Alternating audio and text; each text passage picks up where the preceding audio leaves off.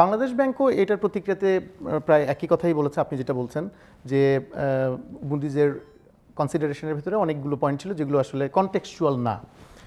সেই ক্ষেত্রে মানে আপনি তো ব্যাংকিং সেক্টরে লম্বা সময় ধরে আছেন, আমার প্রশ্ন আপনার কাছে যে এই ধরনের এজেন্সির রেটিং দ্রুত সময়ের ভেতরে বাড়ানোর জন্য আমরা আসলে কী করতে পারি? সেটা প্রাইভেট সেক্টর হোক, গভর্নমেন্ট হোক, সব মিলিয়ে কি চেষ্টা করা যেতে পারে? যেটাতে আমাদের প্রথম যে আমরা রিফর্মগুলো বলছি, কথা বলছি, সেটা আক্ষরিক অর্থে এবং সেটা যৌক্তিকভাবে এবং প্রায়োগিক দিক থেকে উই শুড ইমপ্লিমেন্ট দ্যাট। আমাদের রিফর্ম যেন শুধু কথার মধ্যে সীমাবদ্ধ না থাকে, কিংবা একটা পলিসি করার মধ্যে সীমাবদ্ধ না থাকে, কিংবা কোনো কমিটির মধ্যে সীমাবদ্ধ না থাকে, সেটা করে ইমপ্লিমেন্ট করতে হবে। And people must see that yes we are serious in business, we mean what you are saying, number one. So আপনার যতগুলো রিফর্ম আছে, যেগুলো কথা বলছে, সেগুলো আমাদেরকে করতে হবে।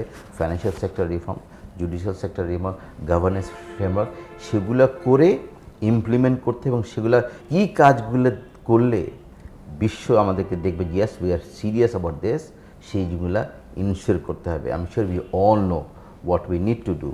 ভালো করার ক্ষেত্রে আপনি তৎক্ষণাৎ কনসিস্টেন্সিস দেখি করবে না, but probably you will see that if they change, not ধরেন B2 থেকে B1 করলো না, বাট নেগেটিভ থেকে positive stable outlook, that is a improvement as well.